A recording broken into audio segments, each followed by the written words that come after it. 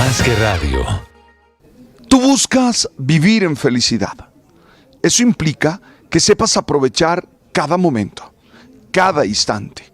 Que lo vivas con pasión, con inteligencia, con amor. Que disfrutes lo que haces. Algunos esperan a que llegue una fecha especial para hacer lo excepcional. Y a veces esa fecha no llega. Por eso hoy quiero invitarte a que aproveches este momento. Exprésale amor a los que amas. Da lo mejor de ti en los espacios laborales. Contribuye a que tus relaciones estén bien. Haz ya. No dejes para mañana el amor, la paz, la esperanza que puedes hacer hoy. ¡Ánimo! Tú sabes. Ya somos 1.500.000 suscriptores en nuestro canal de YouTube. Y sumando 1.500.246, 1.500.358, 1.500.380, 1.500.398, 1.500.416, 1.500.454. Y sumando. Suscríbete a nuestro canal de YouTube, @Blue Radio Co. Blue Radio, más que radio. Y sumando. Celebro estar con ustedes. Oye, qué alegría que estés allí, qué alegría verte. Te deseo salud, ánimo, fuerza, que todas las cosas estén bien. Métele ganas, que tú eres una persona capaz. Oye, suscríbete y comparte nuestro trabajo. En Blue, la radio se ve. Es un gusto saludarlos en este amanecer. En Blue celebramos una noticia que nos encanta escuchar. Aquí seguimos conectados con ustedes. Somos de nuevo la emisora hablada más escuchada en Colombia. Con la pizca de humor para nuestra dura realidad. Seguimos conectando con millones de ustedes todos los días. ¡Bravo! Gracias por hacernos la número 1. Blue, más que radio. Se viene el mundial, la fiesta va a empezar. Con Blue todos disfrutan, nadie se nos queda atrás. Se viene el mundial, la fiesta va a empezar. Se juega en los estadios, se vive en Blue Radio. Te vamos informando cómo se prepara nuestra selección. Blue más que radio, es pura pasión. En la pantalla, en la radio o en el celular. Vamos Colombia a celebrar que vamos para el mundial. Desde USA, México y Canadá, la fiesta del fútbol a todo el mundo llegará. Porque viene el mundial, la fiesta va a empezar. Con Blue todos disfrutan, nadie se nos queda atrás. Se viene el mundial, la fiesta va a empezar. Se juega en los estadios, se vive en Blue Radio. El Mundial se ve en Blue. La experiencia espiritual, esos momentos de oración, de reflexión, de meditación, de contemplación, nos hacen conscientes de que estamos construyendo la vida, de que la vida no está fabricada. El padre Alberto Linero es periodista y también está en Mañanas Blue. 7 de la mañana, 3 minutos. Conversaba con un amigo sobre la crianza de su hija y me escribía un ajustado horario de actividades curriculares y extracurriculares. Me habló de música, pintura, baile, deporte. Yo sé que lo mueve a él es el deseo de que su hija esté bien preparada para la vida, pero sospecho que también tiene una impresión de que el ocio es perder el tiempo, de que el ocio es malo. Hablo como docente. Ustedes saben que no tengo hijos, entonces hablo como docente. Y allí tengo la certeza que el aburrimiento es un espacio fértil, porque activa la creatividad del niño, fortalece la autonomía, desarrolla tolerancia a la frustración y reduce la hiperestimulación. Buscando lecturas sobre este tema, traté de ver cómo la psicología y la educación se enfrenta a ello. Y me encontré con que existe el llamado síndrome del niño apresurado, el cual describe a menores que crecen sometidos a una presión constante por rendir, avanzar y aprovechar el tiempo, como si la infancia fuera una carrera con hitos que cumplir cuanto antes. La verdad es que hoy se tiene conciencia de que este tipo de estructura del tiempo y de la dinámica de formación del niño puede generar, primero, ansiedad, estrés, agotamiento en los niños y niñas que deben correr de una actividad a otra. Segundo, menos tiempo para la familia y la conexión afectiva con sus padres, lo que afecta el bienestar emocional del niño que se está criando. Y lo tercero, falta de espacios para el juego, para ese juego no estructurado, que es vital, como nos enseñó Jerome Brunner, para la creatividad y la autorregulación emocional. Oye, para colmo de males, como dice la etnopediatra María José Garrido, toda la preparación de nuestros hijos no garantiza nada. El modelo educativo tiende a desestimar la creatividad, la improvisación y la autonomía a favor de la memoria y la repetición de conocimientos, características que están alejadas de lo que la sociedad del conocimiento requiere. Y mira lo que dice: lo más probable es que nuestros hijos tengan trabajos que todavía hoy no existen. Entonces es definitivo aprender, dejarlos que se aburran. Claro que hay que ayudarles, claro que hay que contribuir con ellos, pero también hay que dejarlos ser. Como diría mi abuela, bastante cilantro, pero no tanto. Estás escuchando Blue Radio. Una nueva declaratoria del gobierno del presidente Gustavo Petro del estado de emergencia económica, social y ecológica. Es el cuarto estado de emergencia en lo ocurrido del gobierno del presidente Gustavo Petro, 3 de ellos focalizados, una emergencia nacional que fue la que suspendió la Corte Constitucional hace 2 semanas.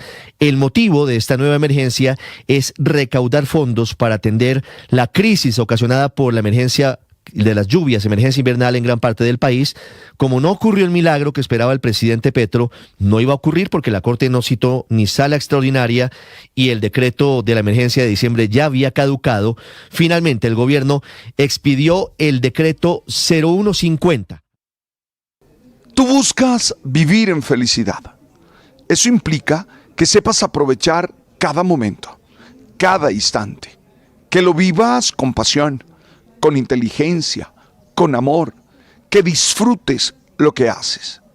Algunos esperan a que llegue una fecha especial para hacer lo excepcional, y a veces esa fecha no llega. Por eso hoy quiero invitarte a que aproveches este momento. Exprésale amor a los que amas. Da lo mejor de ti en los espacios laborales. Contribuye a que tus relaciones estén bien. Haz ya. No dejes para mañana el amor, la paz, la esperanza que puedes hacer hoy. ¡Ánimo! Tú sabes. Una nueva declaratoria del gobierno del presidente Gustavo Petro del estado de emergencia económica, social y ecológica. Finalmente el gobierno expidió el decreto 0150 anoche muy tarde, en el que abre la puerta a esta posibilidad de expedir decretos con fuerza de ley para poder facilitar el recaudo. En principio, en otros gobiernos, la emergencia económica y social se utilizaba para cambiar la destinación de recursos del presupuesto con el fin de llevarlos a la atención de situaciones críticas. En este caso, el gobierno... La pasión y la afición en juego y los datos de lo último en deportes se lo presenta Mañanas Blue. 9 minutos, momento para hablar de deportes. Hablemos de Liga, hablemos de Millonarios, que encontró por fin la vía de la victoria tras la fecha 6 del campeonato profesional. Lo hizo para vencer 1-0 a Águilas Doradas. Y todo partió en positivo con el ingreso del Tigre Falcao, que se vio intenso en la cancha, activo en la recuperación, pero sobre todo efectivo a la hora de ejecutar, como lo ven en nuestro canal de YouTube, la pena máxima que valió para certificar los 3 puntos de Millos y su 12º gol vistiendo la camiseta del conjunto embajador. Ganó Millonarios, eso sí, tras el gol azul, por poco Águilas logra la igualdad, una atajada fenomenal, como se ha convertido en costumbre, de Novoa, el arquero del conjunto bogotano, como gran salvador. Primer triunfo para el técnico Bustos y la felicidad del hincha azul azul que respira. Otro que ganó y que sigue haciendo una gran campaña es el conjunto que dirige Ricardo Balino. El Internacional de Bogotá derrotó 3-2 al Deportivo Cali. Fue partidazo. Marcó Titi Rodríguez para el Cali, igualó Carlos Vivas. Luego Johan Martínez conseguiría el segundo para el conjunto azucarero y aparecerían Larry Vázquez y Juan David Valencia para concretar la victoria del Inter. Un triunfo que deja al conjunto de Bogotá líder con 13 puntos. Escoltado también por el Deportivo Pasto, que es segundo con 13 unidades. Bucaramanga es tercero con 10. Con 9 puntos están Junior, Tolima y Llaneros. Séptimo Águilas con 8 y octavo el América de Cali con 7 unidades. Hoy continúa la fecha 6. Chicó en Boyacá enfrentará a Jaguares. 11 Caldas en Manizales recibirá al Junior de Barranquilla. Y Nacional en el Atanasio en Medellín se verá las caras con Fortaleza. En el mundo, los colombianos, dos grandes protagonistas. En Alemania, Luis Díaz, otra vez gol, otra vez determinante, otra vez contundente para victoria en Copa de Alemania para el 2-0 del Bayern frente al Leipzig. Así que avanza ya a semifinales el conjunto bávaro y sigue Lucho marcando un punto muy alto. Hoy la prensa en Alemania habla de no de Díaz, sino de Olías, haciendo la mezcla, la unión de Olise y Díaz como la gran llave goleadora en el conjunto alemán. Y la otra protagonista, Linda Caicedo, la gran figura del Real Madrid en la Champions femenina, también anotó gol para la victoria del Real Madrid 3-2 en casa del París. Linda anotó el 3-1, pero también asistió en la acción de gol de Atenea del Castillo, que había convertido el segundo para el conjunto español. Al final, la colombiana se llevó el premio, el reconocimiento como MVP, como la mejor del partido en territorio francés. A propósito de fútbol femenino, hoy Sudamericano Sub-20 en Paraguay. Colombia tendrá su cuarta salida frente al conjunto guaraní. Juegan por el liderato. Colombia es primera con 7 puntos, Paraguay es tercera con 4. Hoy el equipo nacional seguro que tendrá rotación en la titular. Va a cuidar el técnico Paniagua a Maite, a Cosio, a Ortegón. Algunas con molestias, otras por acumulación de amarillas, pensando ya en lo que será el hexagonal final, que es el gran reto que le viene ahora a Colombia para buscar su tiquete al Mundial de Polonia. Hoy Colombia-Paraguay desde las 3:40 de la tarde. La invitación para que acompañen al equipo del Gol Caracol en D2 y en nuestra pantalla principal para esta nueva salida del conjunto nacional. Y atentos porque en los Juegos Olímpicos de Invierno el Comité Olímpico Internacional sigue tomando medidas. En la madrugada descalificaron al piloto de Skeleton por el casco y las imágenes alusivas a los deportistas muertos en la guerra, a los ucranianos, pero ahora cambió esa determinación. ¿Qué es lo que está pasando en los Olímpicos de Invierno? Enrique Rodríguez. ¿Qué tal, Ricardo Rego? Buenos días. Pues es difícil entender lo que está pasando en esta mañana en que hemos tenido, como decía, al inicio del día aquí en Europa Occidental, esa descalificación de Balislav Geraskiewicz, que era, como señalaba, abanderado de Ucrania, de su país, y además uno de los participantes en la competición de Skeleton. A primera hora de esta mañana, como digo, era expulsado por no renunciar al uso del casco con fotografías de atletas asesinados por Rusia en la guerra de su país, es decir, de Ucrania. Sin embargo, acabamos de conocer que el Comité Olímpico Internacional ha decidido devolverle la acreditación, aunque eso sí, no podrá competir. Se quedan más o menos a medias. Podrá seguir en el recinto de los Juegos, pero no podrá participar en su competición, que en realidad no parece solucionar casi nada de lo que está pasando esta mañana, porque no es la única circunstancia en ese sentido.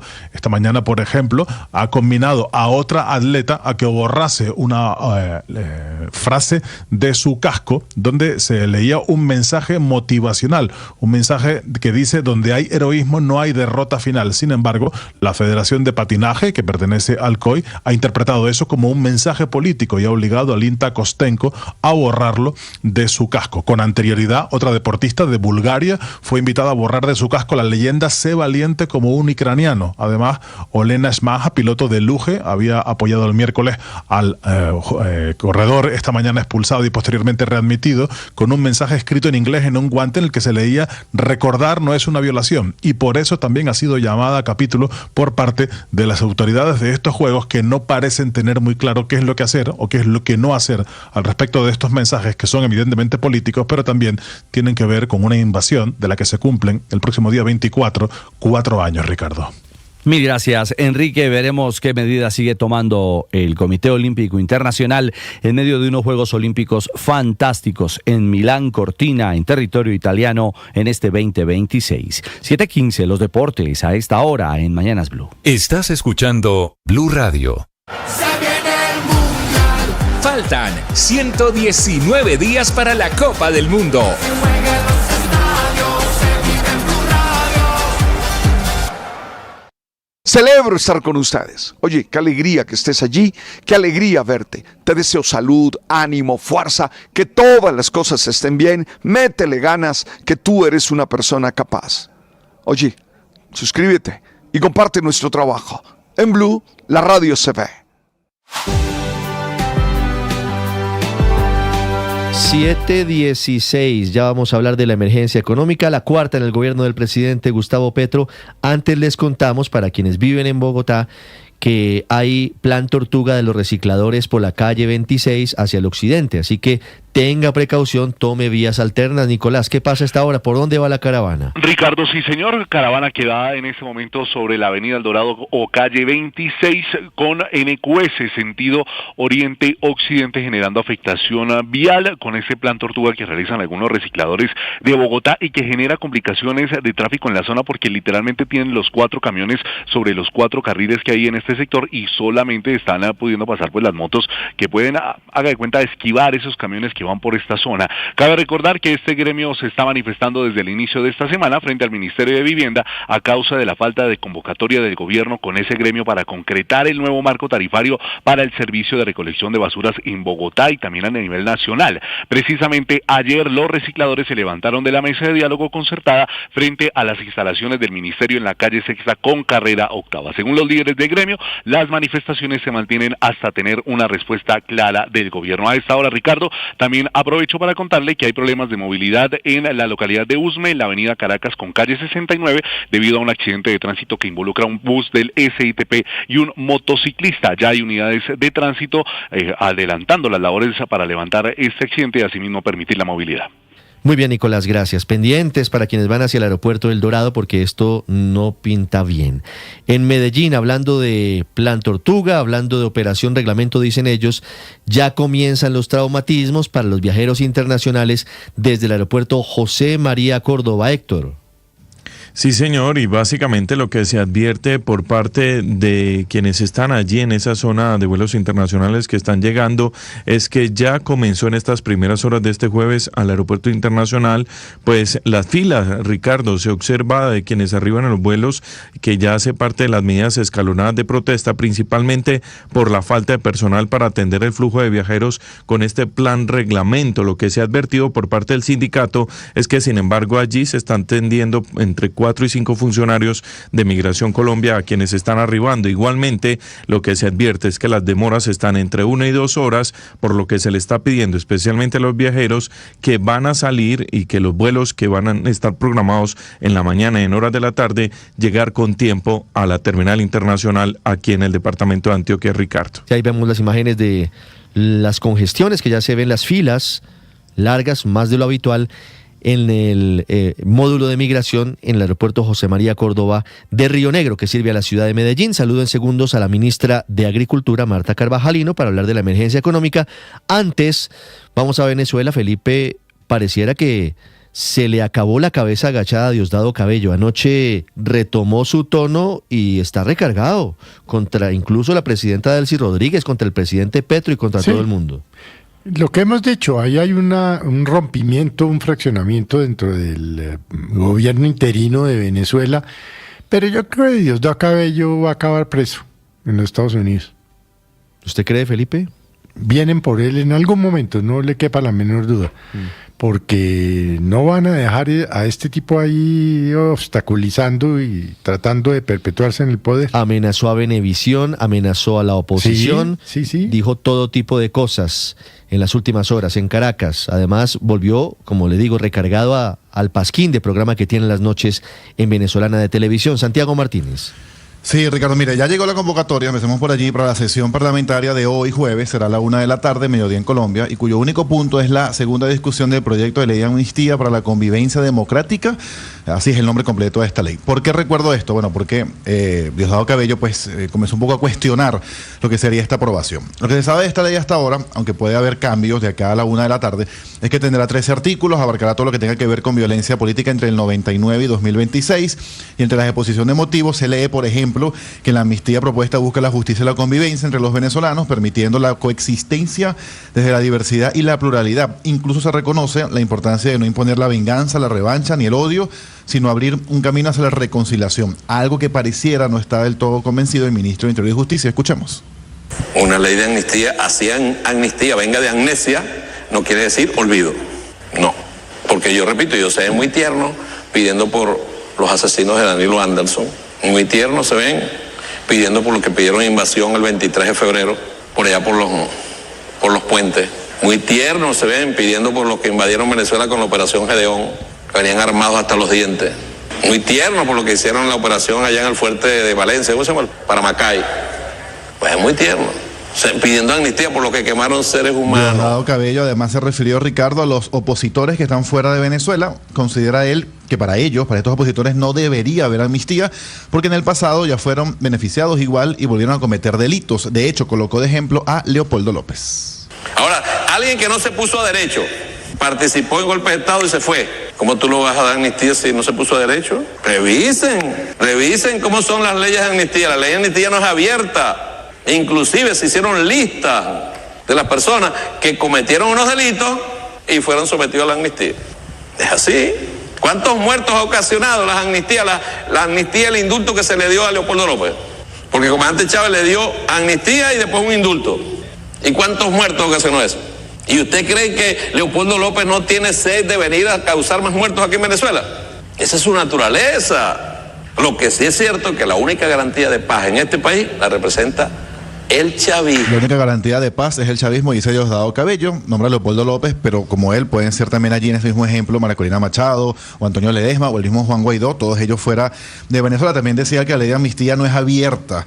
Igual pues será el Parlamento quien decida. Eso, repito, comenzará hoy a la 1:00 p.m. Un Parlamento que, si bien tiene amplia mayoría del chavismo, es decir, no hace falta que tenga más votos sino los de los propios, pues busca o quiere que esta ley tenga aprobación unánime. Hasta ahora la oposición ha preferido no adelantar posición, pero sí han insistido que esperan que la ley sea bastante amplia y arrope a todos los políticos opositores, incluidos los que están fuera del país. Ricardo. Olvida Diosdado Cabello, Santiago, que a Hugo Chávez lo indultó Rafael Caldera. Que correcto. Hugo Chávez fue beneficiario de una ley de indulto en su momento, luego no solo del Hugo Chávez, golpe de Estado del año 92. Y no solo Hugo Chávez, todos los que estaban, los que fueron involucrados en ese golpe de Estado, no solamente. Bueno, se le olvidó ese pedacito al sátrapa Diosdado Cabello. 7:23 minutos. Estás escuchando Blue Radio. Faltan 119 días para la Copa del Mundo.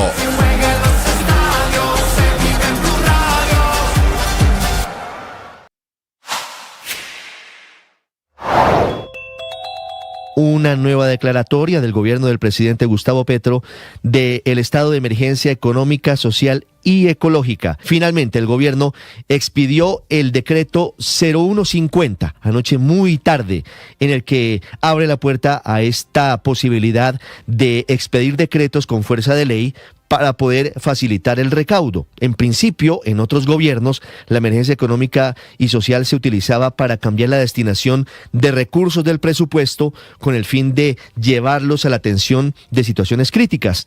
En este caso, el gobierno del presidente Gustavo Petro declara esta emergencia para 8 departamentos, los más afectados por las lluvias, que son Córdoba, Antioquia, La Guajira, el departamento de Sucre, Bolívar, Cesar, Magdalena y Chocó, por cuenta de las inundaciones causadas por los frentes fríos, por la variabilidad del clima en las últimas semanas, que ya deja 252.000 damnificados y 10 personas fallecidas.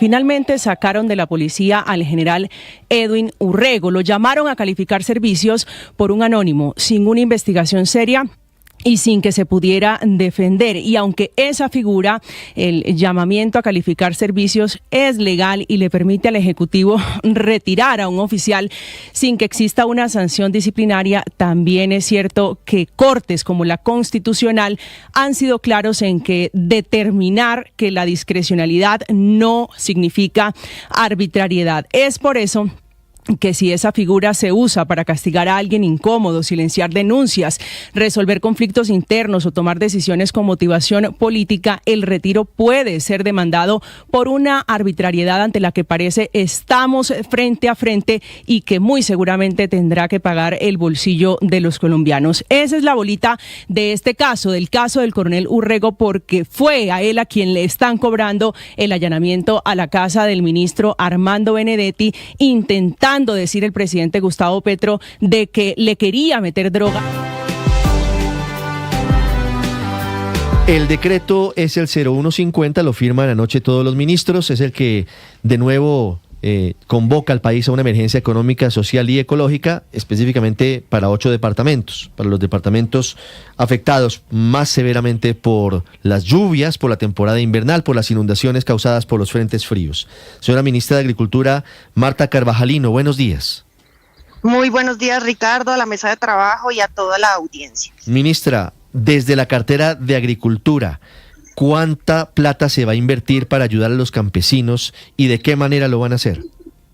Bueno, Ricardo, lo primero que hay que decir es que hasta ahora estamos advirtiendo las consecuencias, particularmente en donde hay mayor afectación, que es la cuenca media y baja del río Sinú, y que solo hasta que logremos drenar de manera estructural las aguas de las cuencas y recuperar, digamos, el espacio propio de la agricultura podremos tener un número claro.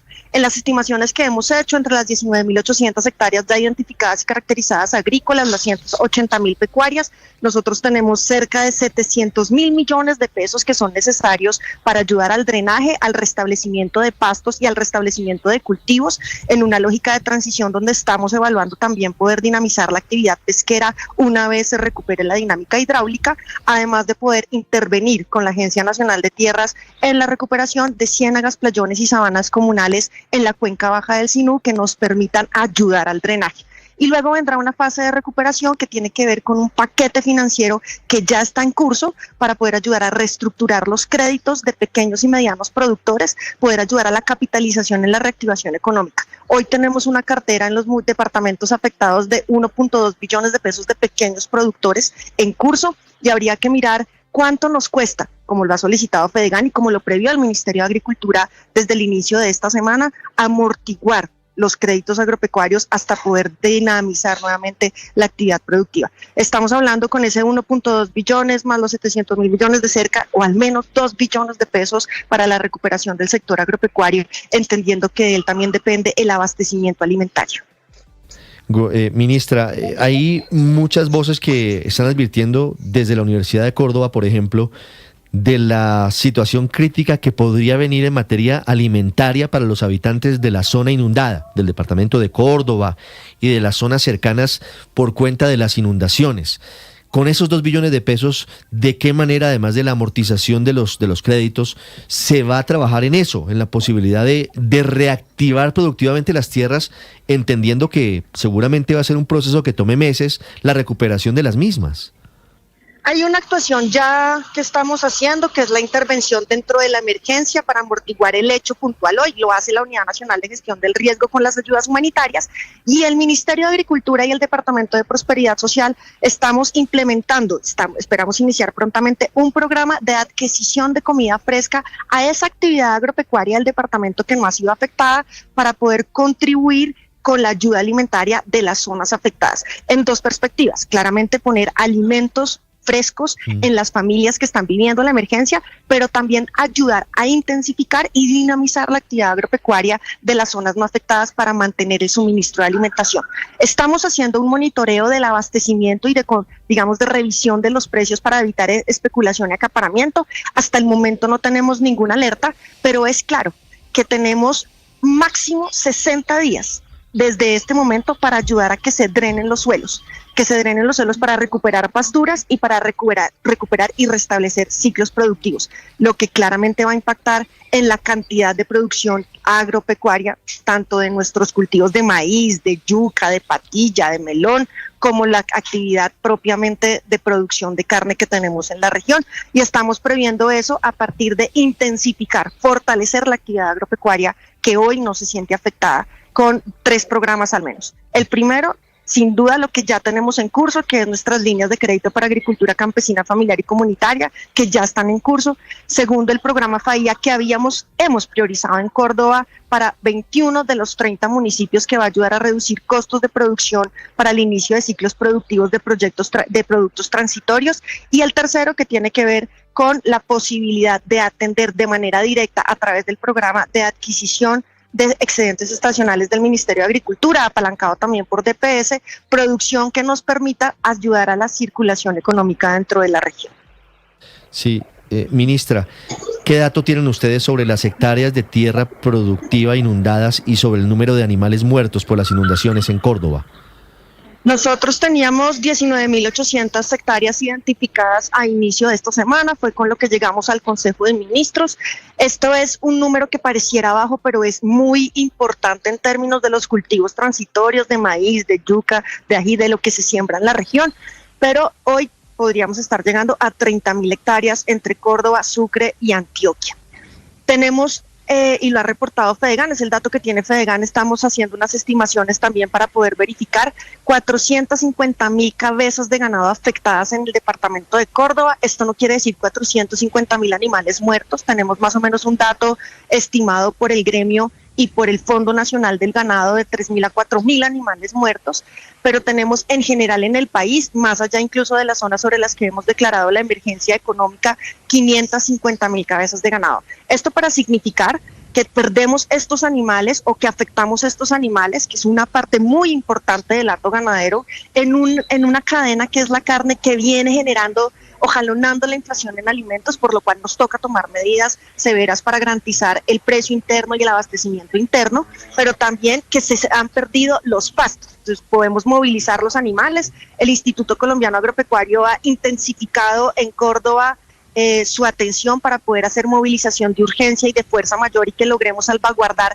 este patrimonio de los ganaderos en tierras altas. Hemos dispuesto en Turipana 100 hectáreas para movilización de ganado y estamos identificando con la Agencia Nacional de Tierras bienes que nos permitan ubicar de manera segura el ganado mientras bajan las aguas. Pero tendremos que recuperar además esas pasturas que están debajo del agua, lo cual va a implicar que podamos fortalecer el abastecimiento de alimentación del ganado en esta zona y estamos estudiándolo con el Ministerio de Agricultura, con el Instituto Colombiano Agropecuario. Recibimos ayer las propuestas del gremio ganadero y esperamos poder salir de la emergencia e iniciar pronto el proceso de recuperación. El proceso de recuperación es muy complejo por varias cosas, una que ya mencioné, y es que una vez baje el agua, para eso tenemos que recuperar la dinámica hidráulica del Bajo Sinú, intervenir la Ciénaga Grande, que el distrito de riego y drenaje de Mocarí y el distrito de riego y drenaje de La Doctrina abajo, llegando hacia el Mar Caribe, se rehabiliten de manera precisa, que esta recuperación de canales que ya empezamos en conjunto con la Unidad Nacional de Gestión del Riesgo y el departamento pueda fluir rápidamente y el agua baje. Una vez el agua baje, nos toca recuperar esos suelos y empezar a sembrar pasto. Ojalá podamos también empezar a sembrar sistemas silvopastoriles muchísimo más resilientes que ayuden también a recuperar la capacidad de drenaje y la capacidad de retención de agua en nuestros suelos. Sí. Y cuando estemos allí, nos tocará entonces ponernos en el reto de cómo hacer la recuperación y el drenaje intrapredial. Pero también decir, aquí hay, que es el segundo elemento, hay mucha mortandad, no solo de reses, hay mucha mortandad debajo de estas aguas. Es un tema sanitario que ya vienen enfrentando los comités municipales, departamental y nacional de gestión del riesgo, y tenemos un tema que hay que controlar rápidamente. Ministra, usted acaba de mencionar los precios al consumidor. ¿Ha notado usted algún encarecimiento en esos alimentos de los relacionados con los cultivos afectados y sobre todo de la carne, no solo en las zonas impactadas, sino en el resto del país? Nosotros tenemos para el mes de enero un incremento del tema de carne que el gobierno nacional en sus estudios ha asociado a la alta presión de la exportación de carne y al precio internacional.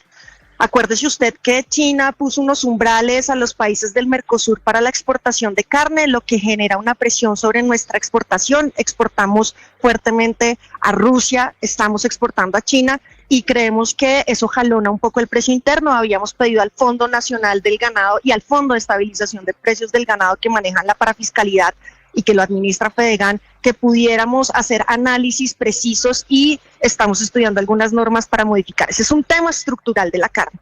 ¿Qué tenemos ahora? Pues tenemos una afectación a nuestro hato ganadero importante, a una región que produce bastante ganado y que nos toca estudiar. ¿Cuántas reses murieron ahogadas, ministra? ¿Qué dato tienen ustedes? El que le acabo de dar, tenemos 4.000 reses ahogadas, es lo que reporta el gremio, pero tenemos 3.000 a 4.000 sí, en todo el país, no solo en Córdoba. Y tenemos una afectación de cabezas de ganado reportada por el gremio de 450.000 cabezas de ganado, solo en Córdoba. Solo en Córdoba. ¿Eso qué quiere decir? Claro, que usted tiene una afectación al hato ganadero que nos toca revisar en perspectiva de no generar una mayor presión sobre el incremento de la carne. Ahora bien, ¿qué tenemos hoy? No tenemos incrementos de precios, riesgos de abastecimiento o informes sobre acaparamiento y especulación. Nosotros tenemos un puesto de mando institucional que aporta junto con el DANE, con los precios IPSA, con la Unidad de Planificación Rural Agropecuaria, una verificación semana a semana en nuestros mercados para evitar que se incremente el precio de los alimentos en la zona que está afectada. Pero, ministra, me parece entenderle entre líneas que lo que están pensando es ponerle un coto a las exportaciones de carne, que efectivamente el año pasado superaron las 25.000 toneladas. Estamos estudiando las medidas que sean necesarias para garantizar el abastecimiento interno de la proteína. Es decir, no se descarta. No hay que descartar en este momento ninguna medida. La situación es dramática. Tenemos una afectación sobre nuestro hato ganadero muy grande, lo ha dicho Fedegan ayer. Esperemos que la emergencia económica nos ayude a tener recursos suficientes para recuperar. Es importante decir que esas 450.000 cabezas de ganado no son reses muertas, están afectadas, han tenido que desplazarse, seguramente requieren una atención técnica veterinaria importante para garantizar su bienestar. Esperemos recuperar prontamente este hato ganadero, pero tenemos que recuperar las pasturas que alimentan ese hato ganadero. Entonces tenemos que tomar varias medidas pensando en varias cosas: mantener la actividad económica de los ganaderos, pequeños, medianos, por supuesto los grandes, que siga siendo eficiente, que siga siendo productiva, y el abastecimiento interno de nuestro mercado, de carne y de leche. Ministra, el borrador de decreto de la declaración de área de producción para la producción de alimentos en el departamento de Córdoba, ¿sigue en pie a pesar de la emergencia? Por supuesto, ahora es mucho más necesario que antes, porque lo que hace es que estas zonas, estos 21 municipios de Córdoba que producen alimentos, entre ellos carne y leche, son los suelos que hay que proteger. Y la declaratoria de la APA nos ayuda a concurrir desde el gobierno nacional, departamental y desde el gobierno municipal, no solo a proteger los suelos, sino en este caso específico del departamento de Córdoba, a restaurarlos y recuperar la capacidad productiva de estos suelos para que Córdoba siga siendo un gran epicentro de la producción agropecuaria. Mire que me están escribiendo algunos alcaldes y me dicen que ellos están en este momento con las botas pantaneras puestas, están atendiendo la contingencia, y que el Ministerio de Agricultura les dio solamente 8 días para comentarios, que ellos en este momento en realidad materialmente no tienen cabeza para poder sentarse a mirar el decreto del Ministerio de Agricultura porque están en otra cosa. Hoy la situación es de vida o muerte. A pesar de eso, ellos van a tener ese mismo plazo, no se va a prorrogar, no se va a cambiar la fecha. Ricardo, nosotros llevamos más o menos 8 o 9 meses socializando la medida. Es una resolución del Ministerio de Agricultura que no modifica en nada ni la propiedad, ni la destinación, ni la actividad productiva, ni define cuál es la actividad a desarrollarse en esos predios. Y es un instrumento que nos sirve para ayudar a concurrir recursos como el programa FAIA, como las líneas de crédito, como la rehabilitación y construcción de las vías terciarias. Hemos trabajado con los alcaldes, hemos recibido todos los comentarios de la ciudadanía, no solo en términos de la publicación de la resolución, sino en todo el trabajo previo desde que se inició el proceso de declaratoria. Y como lo he dicho siempre, una vez proferida una resolución, si esa resolución es controvertida, atacada judicialmente o atacada también en términos del efecto o el impacto que tiene, como lo hace la administración, pues revisará las decisiones que se toman. Las 7:39 minutos es la ministra de Agricultura, Marta Carvajalino, explicando las medidas urgentes que se toman desde su sector, desde su cartera, ante la emergencia invernal en Córdoba y otros departamentos del país. Ministra, una pregunta final sobre otro tema. Usted estuvo ayer en Chaparral con el presidente Petro, ¿correcto? Así es, sí, señor. Ministra, ¿usted supo cuál fue el incidente que tuvo la gobernadora Adriana Magali Matiz, la gobernadora del departamento del Tolima? Ricardo, estábamos haciendo entrega de la zona de reserva campesina Tierra, Paz y Vida, 73.000 hectáreas que desde el 2018 vienen reclamándose en términos de reconocimiento de un plan de desarrollo sostenible que además custodia nuestro Parque Nacional Las Hermosas. Estábamos haciendo entrega de formalización en el oriente y en el sur del Tolima y estábamos entregando la primera APA del norte del Tolima, de los municipios que más producen alimentos en el departamento. Una vez terminé mi intervención, la doctora Magali me manifestó que tenía una situación personal y que tenía que retirarse del evento. Porque yo tengo otra versión, ella está dando otra versión de los hechos. Te digo lo que la gobernadora me manifestó a mí. La abuchearon y no le dieron espacio para hablar y que por eso ella tuvo que retirarse del evento. Pero bueno, esa es la situación de otro asunto que ocurrió ayer en Chaparral y del que hablaremos más adelante. Ministra, muchas gracias.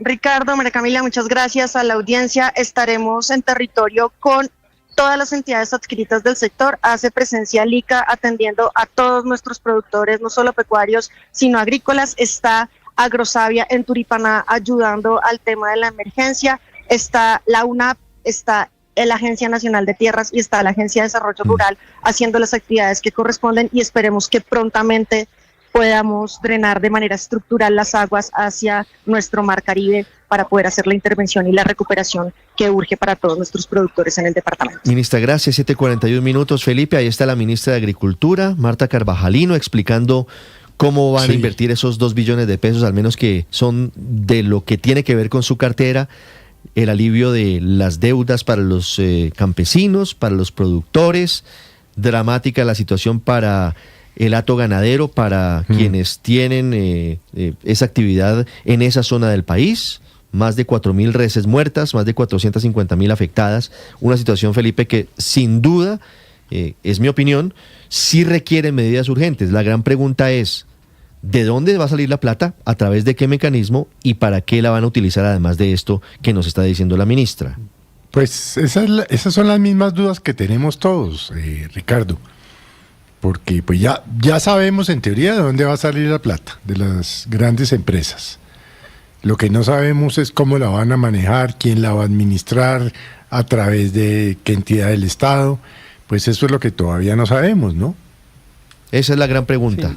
Esa es la gran duda que hay hasta este momento, porque faltan los decretos hijos, Héctor, si me lo permite, que son los que desarrollan la emergencia. Claro, ahí falta ver finalmente cómo va a ser o cuáles son los impuestos que van a decretar. Hasta ahora solo se ha anunciado el del patrimonio que incluye a las personas jurídicas y pareciera ser el único, ¿no? El único porque en el texto, además del decreto que declaró la emergencia, no se anuncian otras medidas distintas a esa y pues es una obligación anunciar, digamos, las medidas que el gobierno está preparando. Entonces seguramente se va a concentrar ahí en el impuesto del patrimonio y bueno, la ministra es una ministra que yo creo, Ricardo, hay que reconocer que es una ministra conocedora del tema, es una ministra yo creo que seria, puede tener uno diferencias con ella respecto de los enfoques o respecto de las interpretaciones de los hechos, pero es una ministra conocedora. Sin embargo, me parece que por las cifras que ella da, va a estar difícil sustentar la cifra de los 2 billones de pesos, porque ahí hay que trazar una línea de qué es lo que es atender la emergencia y qué es lo que es atender otros temas estructurales del sector agropecuario, porque hay que recordarle siempre al gobierno que los estados de excepción no son para resolver los temas estructurales, son para resolver los temas excepcionales. Entonces, claro, aquí hay una afectación en el hato ganadero, aquí hay 30.000 hectáreas en todo el país, o por lo menos en esa área de Córdoba, Sucre y Antioquia que mencionó la ministra, que están afectadas, pero las cuentas no me dan, digamos, sumando Ricardo, las cosas que ella hablaba, llegar hasta los 2 billones de pesos parece un poco difícil, Ricardo. Y lo que sí me parece realmente estrambótico, perdóneme decirlo, Ricardo, es ese tema del decreto de las áreas de protección de alimentos o de la resolución. Esa es una discusión que la hemos oído aquí en distintos lugares, aquí en la sabana de Bogotá, en el suroriente antioqueño, en otras partes, que genera unos debates inmensos, y es increíble que la ministra esté convocando a ese debate en medio de semejante tragedia, como si eso no se pudiera esperar a resolver la tragedia y después discutir ese que es un tema grueso. Sí, es que lo urgente, Ricardo, pero aquí va la por primera encima de lo importante, digamos, y ahí sí hay un punto de fondo. Pero volviendo al tema de la emergencia, Luis Ernesto, es que yo creo que coincidimos en que sí hay unas circunstancias para declararla, pero no estoy seguro es sobre los fondos, los recursos y los métodos. Claro, pero la primera pregunta y la más importante es si hay un hecho sobreviniente o no. En la anterior emergencia económica que declaró el gobierno, que la Corte Constitucional suspendió, recordemos, hace un par de semanas, pues había un hueco en el presupuesto, y ese hueco en el presupuesto lo querían tapar con un decreto de impuestos. ¿Y qué dijo la Corte? Señores, queremos estudiarlo de fondo, pero mientras estudiamos de fondo no queremos que se cause ningún daño, motivo por el cual vamos a suspender provisionalmente, algo que no hacemos casi nunca, suspender provisionalmente este decreto mientras lo estudiamos, porque consideramos que aquí hay unos elementos que permiten concluir que no hay un hecho sobreviniente, que el problema es que la plata hace rato no está, que el presupuesto estaba desfinanciado y que son temas estructurales. Aquí estamos hablando de algo completamente distinto. Todos los colombianos hemos visto imágenes desgarradoras de personas en Córdoba, más de 170.000 personas en Córdoba. El decreto también habla de 36.000 personas en Antioquia, 31.000 en La Guajira. Entonces, pues evidentemente esta ola invernal inesperada está causando unos estragos enormes que tienen que ser atendidos, que el presupuesto y la plata para atender eso pues obviamente no estaba porque es nuevo, es un hecho sobreviniente, y para eso es que la Constitución ha creado las emergencias económicas, justamente para este tipo de eventos, como cuando hubo la invernal con Santos, como cuando ha habido hechos sobrevinientes, y los distintos presidentes han invocado esta figura. Entonces yo sí creo que en esta ocasión el gobierno tiene plenas condiciones para decretar una emergencia económica, y claro, la discusión más difícil y la más incómoda es quién la paga, y ahí es donde todo el mundo brinca, por supuesto, nadie quiere pagar, pero aquí todos tenemos que estar de acuerdo en que hay que conseguir una plata para atender semejante emergencia, no dejar solos a la gente en Córdoba, no dejar solos a los ganaderos. Pero la plata está, la plata está sin ejecutar. ¿Dónde está, Ricardo? ¿Dónde está? Si esto es nuevo. Está en los saldos, está en el presupuesto nacional, está en los saldos de regalías de programas de ciencia y tecnología. Eso sí son cuentas alegres. Esas son cuentas alegres. Pero hicieron las cuentas los gobernadores. ¿Cómo va a haber una plata para algo que no sabíamos que iba a ocurrir? Eso sí no tiene ningún sentido. No, es que precisamente la plata de lo que se trata, escuche lo que le estoy diciendo. Claro, de lo que se trata. Claro que hay plata del sistema de regalías. Y es que para eso eran las emergencias. Exacto. Para cambiar la destinación de la plata. Claro. La plata de las regalías es para ciencia y tecnología, y además para un ahorro obligado. Así lo establece la Constitución. Pero se puede cambiar la plata de las regalías no es para emergencias invernales. Para emergencias invernales están las emergencias económicas como esta que decreta el gobierno. Bueno, pero entonces decir que la plata no está porque no queremos pagar más impuestos, pues también es desconocer el drama que están viviendo estas familias en Córdoba, en La Guajira y en Antioquia. Me muero de la pena, Luis Ernesto, pero históricamente los gobiernos han decretado las emergencias para poder utilizar recursos del mismo presupuesto con destinaciones distintas a las inicialmente previstas. Aquí es lo mismo lo que está pasando. Los gobernadores dicen, mire, hay unos saldos de regalías de ciencia y tecnología y de otro rubro que están sin ejecutar. ¿Por qué no usan esa plata, que son como 6 billones, en lugar de tener que pedir nuevos impuestos? Mire, el punto aquí, nadie discute la tragedia. Estoy de acuerdo, Luis Ernesto, hemos visto, pero además los gobernadores de la zona y en particular el gobernador Zuleta ha sido clarísimo. Aquí el tema no se resuelve y no se atiende esta tragedia con presupuesto en un papel. La tragedia se atiende con flujo de caja, con plata para poder ser sumamente diligentes. Y por eso el decreto de emergencia, para lo que faculta al presidente y al gobierno, es para redireccionar partidas que tenían un origen, como es el caso de las regalías, y poder ejecutarlos atendiendo inmediatamente y de manera diligente la tragedia. Eso es un punto, esa fuente está ahí. Y esos saldos destinados a ciencia y tecnología y a otros temas, en este momento igual están estancados porque no hay proyectos y porque no hay diligencia de ejecución, que eso es una de las características de este gobierno. Ese es el primer punto. El segundo punto es que salen con una cifra de 8 billones de pesos para cobrar nuevos impuestos, cálculos que nadie ha visto desde el punto de vista técnico, Ricardo, y que sencillamente empiezan tanto el doctor Carrillo, la ministra de Agricultura y la ministra de Vivienda a improvisar en qué van a gastar, a soltar números al garete y decir, no, son tantas casas que vamos a reconstruir, son tantos reses, son tantas, en fin, de ayer a hoy es imposible y nadie ha visto el estudio técnico para ejecutar esos 8 billones de pesos. Y tercero, el tema aquí, que ya conocemos en Colombia y que no es nuevo en este gobierno, pero que se ha acrecentado sin duda, es que tampoco sabemos cómo se va a ejecutar esa plata. O sea, porque precisamente la facultad que tiene la Unidad Nacional de Gestión de Riesgo es contratar directamente. Entonces, es otro caso de los carrotanques, es otro monto que se le cobra a las empresas para sencillamente dilapidar en el camino en corrupción. Pero además aquí, para tener claridad y para darle claridad a los oyentes que están inquietos en el chat del YouTube, del canal de YouTube de Blue, creo que todos o la mayoría estamos de acuerdo en que pareciera un hecho sobreviniente, que la emergencia, no hay duda. La emergencia claro. va a tener eso no lo planeó nadie, pues. Va a tener que ser declarada exequible por parte de la Corte porque se necesitan recursos, eso mucha plata se necesita para atender esta tragedia que estamos viviendo. De Córdoba lo Nos ha dicho, hemos lo sensibilizado mostrado, con total. la gente en Córdoba, en Bolívar, pero en se necesitan Santander. soluciones ya, se necesita dinero ya, pero no entonces, mañana. La gran pregunta es, ¿de dónde va a salir la plata? Primero, hacer un cálculo efectivo y preciso. 2, ¿de dónde va a salir la plata? 3, tener claridad de que se necesita la plata ya.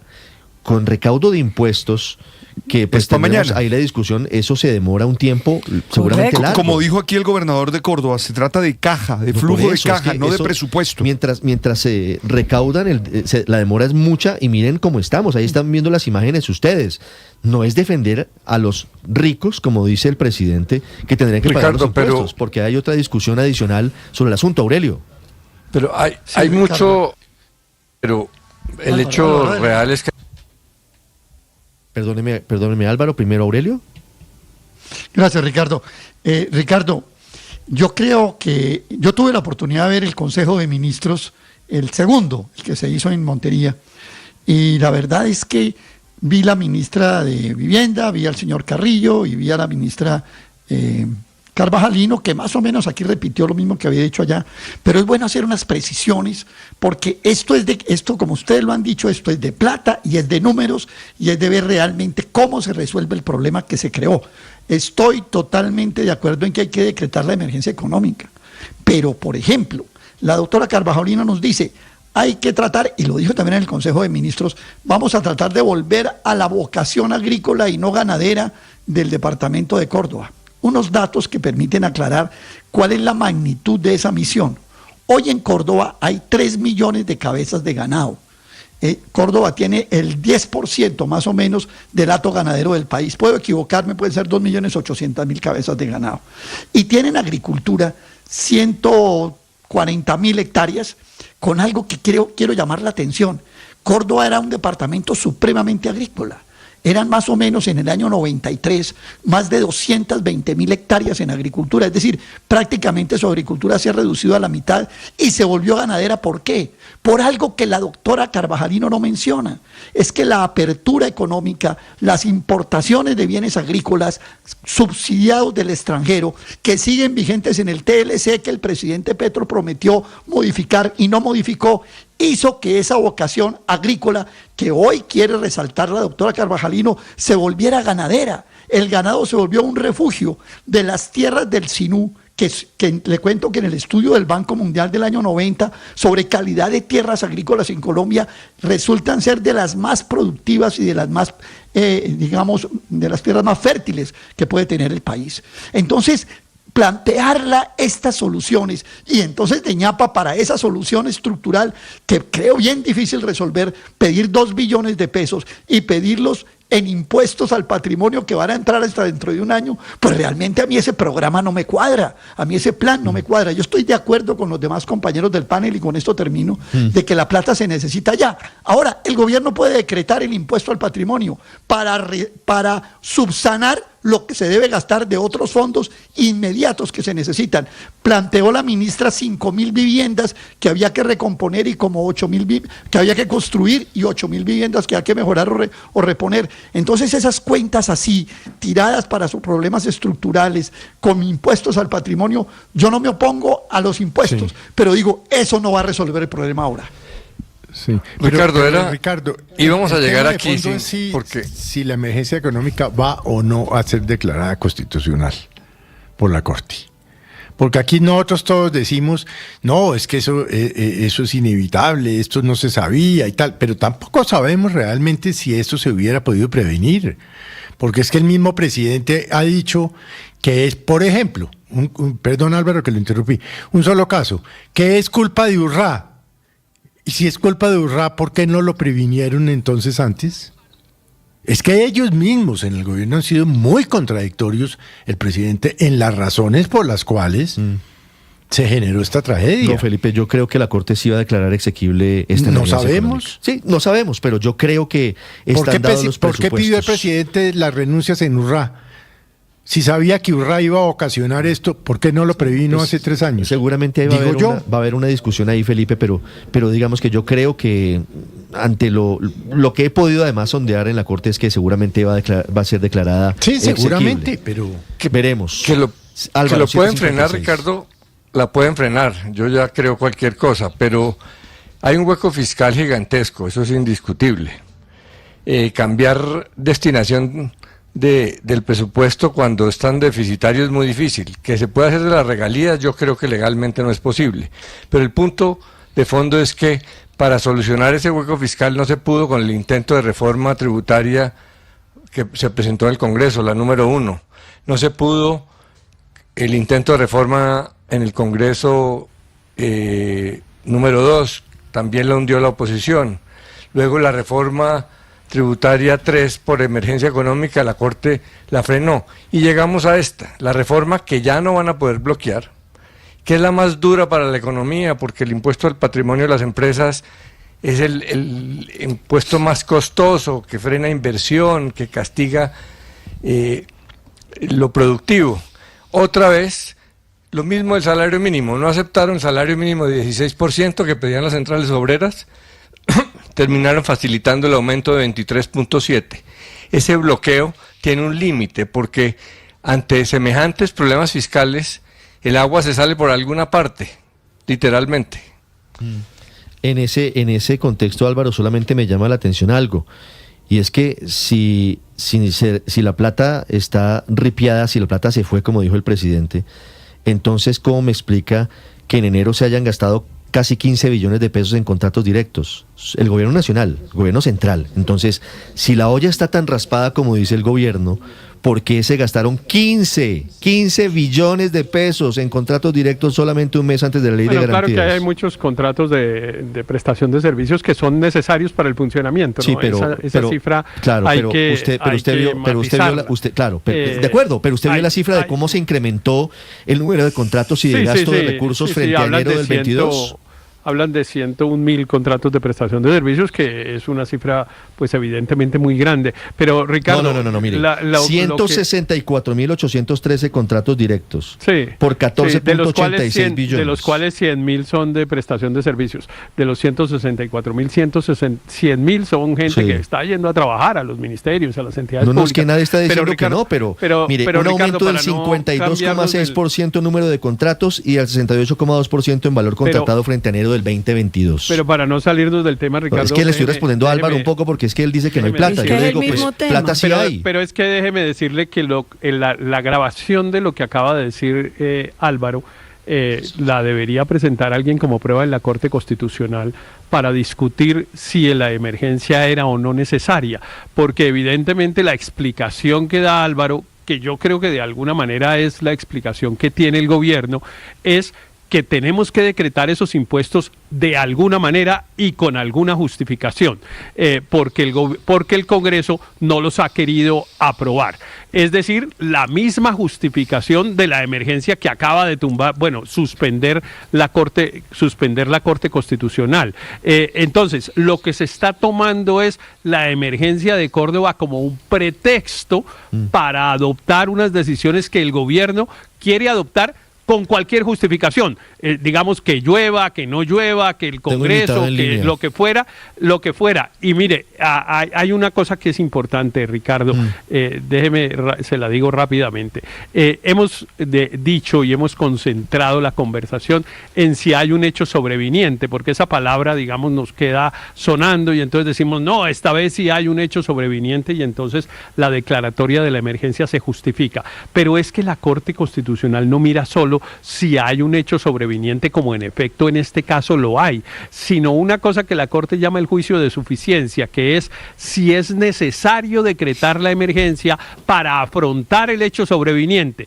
Y pues bueno, si cada vez que hay una inundación toca declarar un estado de excepción y adoptar una reforma tributaria por vía de decreto, pues entonces que cierren el Congreso. Nosotros deberíamos tener la capacidad de atender una emergencia como esta por las vías ordinarias, así sea incluso de una dimensión relativamente grande como la que acaba de ocurrir. Que es que se robaron la plata de la unidad de gestión de riesgo. Le recuerdo a Olmedo López, le recuerdo a Carlos Ramón González, le recuerdo las maniobras de Ricardo Bonilla.